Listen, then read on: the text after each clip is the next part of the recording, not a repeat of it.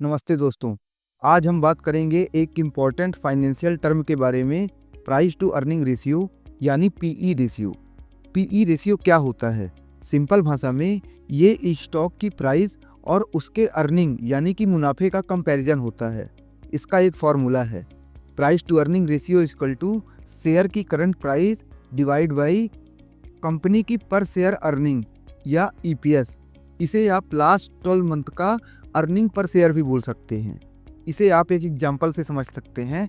मान लीजिए एक कंपनी का शेयर प्राइस 100 रुपये है और उसका ईपीएस यानी कि कंपनी की पर शेयर अर्निंग 10 रुपये है, तो इसका प्राइस रेशियो क्या होगा? 100 डिवाइड बाई 10 इक्वल टू 10।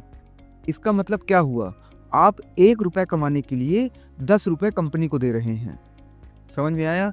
अब आगे बढ़ते हैं। पीई रेशियो का यूज क्यों होता है? पीई रेशियो से आप ये समझ सकते हैं कि एक स्टॉक सस्ता है या महंगा है। अगर पीई रेशियो ज़्यादा है तो इसका मतलब हो सकता है कि स्टॉक्स महंगा है या फ्यूचर ग्रोथ के एक्सपेक्टेशन इससे ज़्यादा है। अगर पीई रेशियो कम है तो स्टॉक सस्ता हो सकता है, लेकिन हो सकता है कंपनी की ग्रोथ स्लो हो। अभी से एक और एग्जांपल से समझ लेते हैं। कंपनी ए का पीई रेशियो है 15 और कंपनी बी का है 10।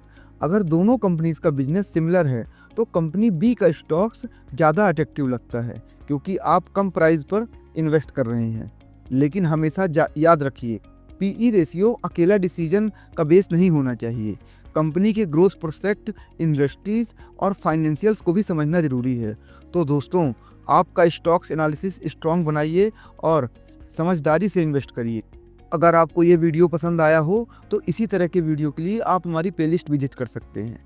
धन्यवाद दोस्तों।